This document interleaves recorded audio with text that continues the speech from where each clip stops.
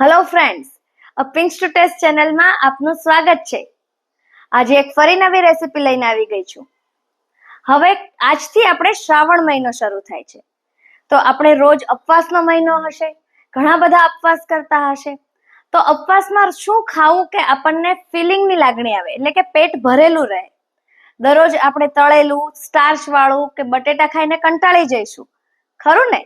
તો આજે એક તમને બહુ જ સરસ અને બધાને ભાવે એવી રેસીપી લઈને આવી છું, ઉપવાસમાં ખવાય એવો આઈસ્ક્રીમ. તો આવી જ રેસીપી જોવા માટે મારી ચેનલને લાઈક, શેર અને સબસ્ક્રાઇબ કરવાનું ભૂલશો નહીં.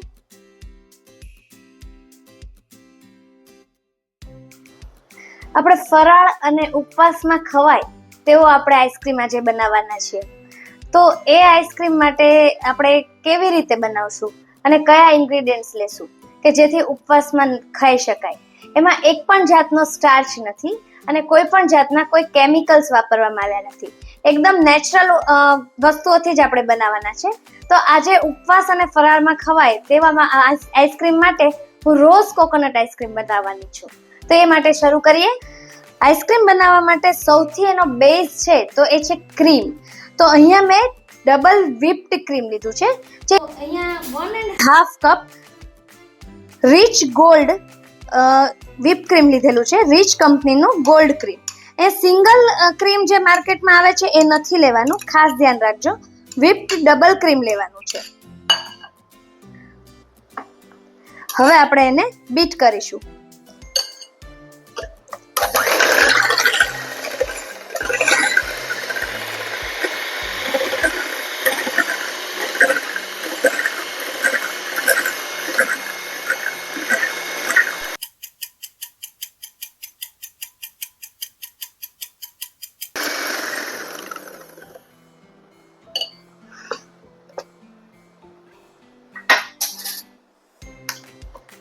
તમે જોઈ શકો છો કે આપણે લીધું ત્યારે એકદમ લિક્વિડ હતું, હવે એકદમ વ્હિપ્ડ થઈ ગયું છે, કન્સિસ્ટન્સી એકદમ ઘટ થઈ ગઈ છે. આટલું આપણે વ્હિપ કરીશું. ત્યારબાદ આપણે એની અંદર દળેલી ખાંડ નાખીશું.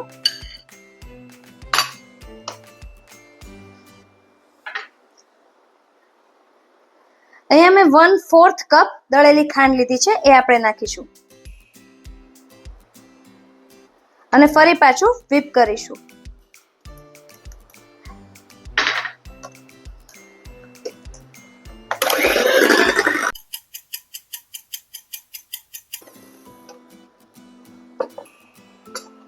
એકદમ જ સરસ વ્હિપ થઈ ગયું છે. હવે આપણે એની અંદર કન્ડેન્સ મિલ્ક નાખીશું. 1/4 કપ કન્ડેન્સ મિલ્ક લીધેલું છે.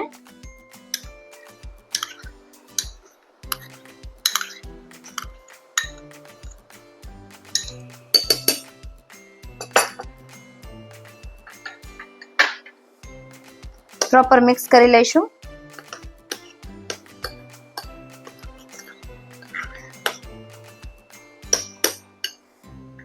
હાફ કપ આપણે રેગ્યુલર મિલ્ક છે એ નાખીશું.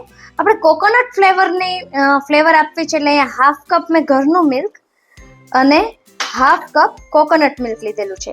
જે કોકોનટ મિલ્ક છે તે ઇઝીલી માર્કેટમાં અવેલેબલ છે. Half cup coconut milk add કરીશું. 1/4 કપ મિલ્ક પાવડર છે એ પણ એડ કરીશું. ફરી પાછું આપણે એને બીટ કરી લઈશું.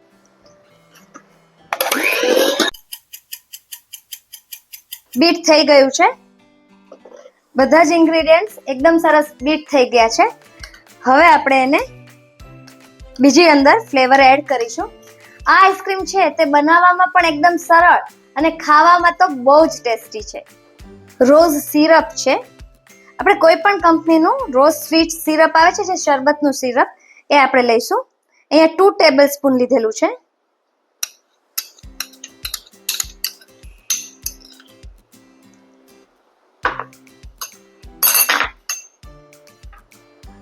ફોર ટેબલ સ્પૂન લીલા નાળિયેરનું છીણ છે.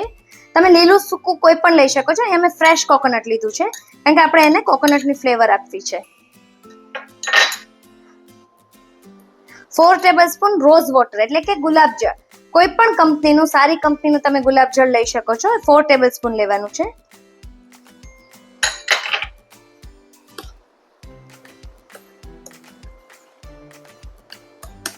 પ્રોપર મિક્સ કરી લઈશું.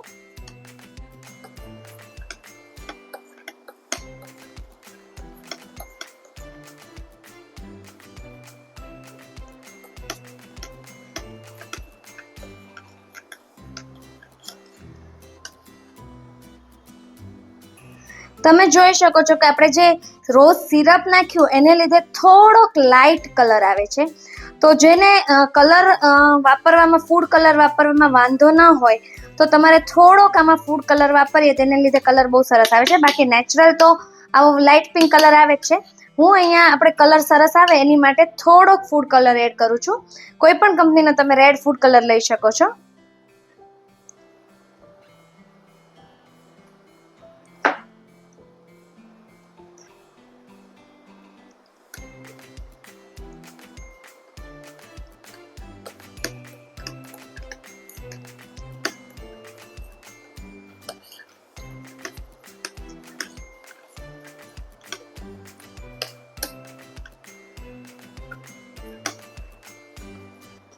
પ્રોપર એકદમ સરસ મિક્સ કરી લઈશું.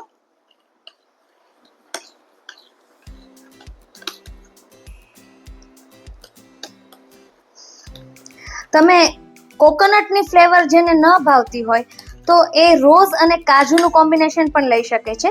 એ પણ બહુ જ સરસ લાગતું હોય છે.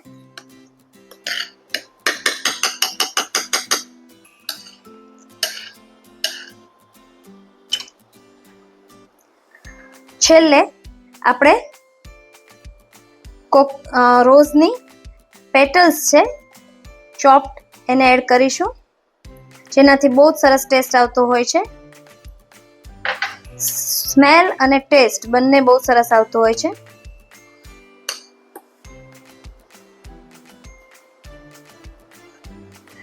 તમે જોઈ શકો છો કે આટલા ઇન્ગ્રેડિયન્ટ્સમાંથી ઓલમોસ્ટ આપણે 1 કિલોગ્રામ આઈસ્ક્રીમ ઉતરશે. એટલે ઘરનો આઈસ્ક્રીમ આપણે કરીએ તો ટેસ્ટ અને વજનમાં પણ આપણને બહુ સારો પડે છે. થોડી વધારે પેટલ્સ ઉમેરીશું. હવે આપણે આઈસ્ક્રીમને ફ્રીઝમાં સેટ કરવા મૂકીશું, એટલે આઈ મીન ફ્રીઝરમાં. તો આપણે એને 24 કલાક જેટલું ફ્રીઝરમાં સેટ કરવાનો હોય છે. તો એરટાઇટ, કોઈ પણ આવું સાદું એરટાઇટ કન્ટેનર હોય એમાં આપણે એને શિફ્ટ કરીશું સેટ કરવા માટે.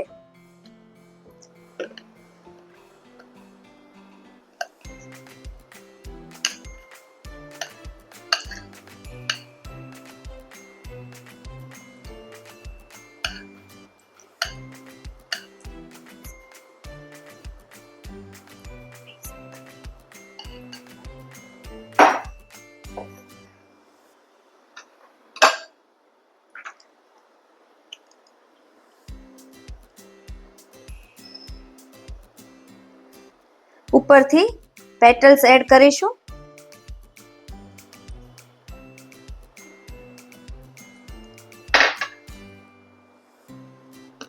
અને આપણે ઢાંકણ ઢાંકી અને ફ્રીઝમાં સેટ કરવા મૂકીશું. આઈસ્ક્રીમને 24 કલાક માટે ડીપ ફ્રીઝમાં આપણે સેટ કરવા મૂકીશું. પણ એ પહેલા એક અગત્યની ટિપ્સ છે. આઈસ્ક્રીમને 7 થી 8 કલાક સેટ થઈ જાય એટલે ફરીથી આપણે એને બીટ કરવાનો છે અને અગેન પાછું એને આપણે ફ્રીઝરમાં સેટ કરવા મૂકેલું છે. તો મળીએ છીએ 24 કલાક પછી.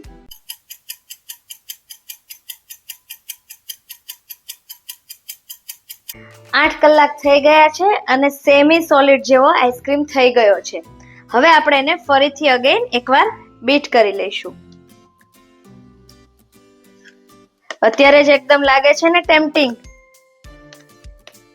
જ્યારે આપણે એને આવતીકાલે ફરીથી ચાખીશું ત્યારે તમે બહારનો આઈસ્ક્રીમ 100% ભૂલી જશો એવી મારી ગેરંટી છે.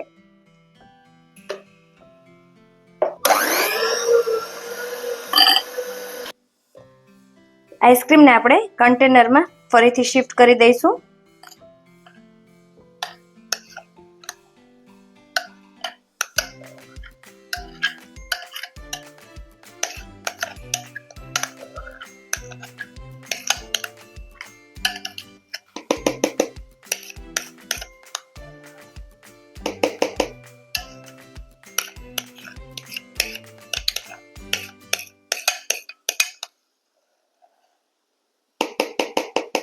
થોડી રોઝ પેટલ ઉપરથી એડ કરીશું, કારણ કે પેલી આપણે ચર્ન કરવામાં ચર્ન થઈ ગઈ હશે એટલે ગાર્નિશિંગ બહુ જ સરસ લાગે. આઈસ્ક્રીમ દેખાવમાં તો બહુ જ સરસ લાગે છે, મન થઈ જાય છે ને, પણ એની માટે બીજા 16 કલાકની રાહ જોવી પડશે. તો ફરી કાલે મળીશું.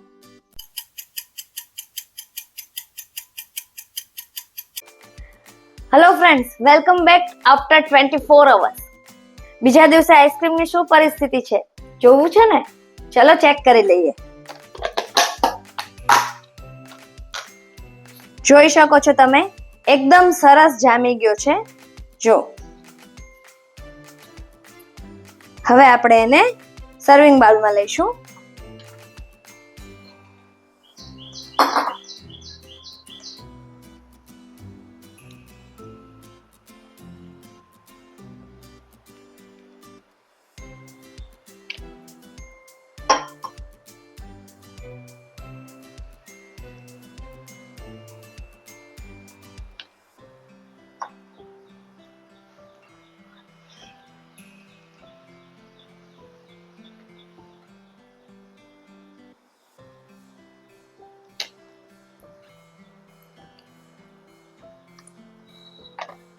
થોડું ગાર્નિશ કરી લઈએ.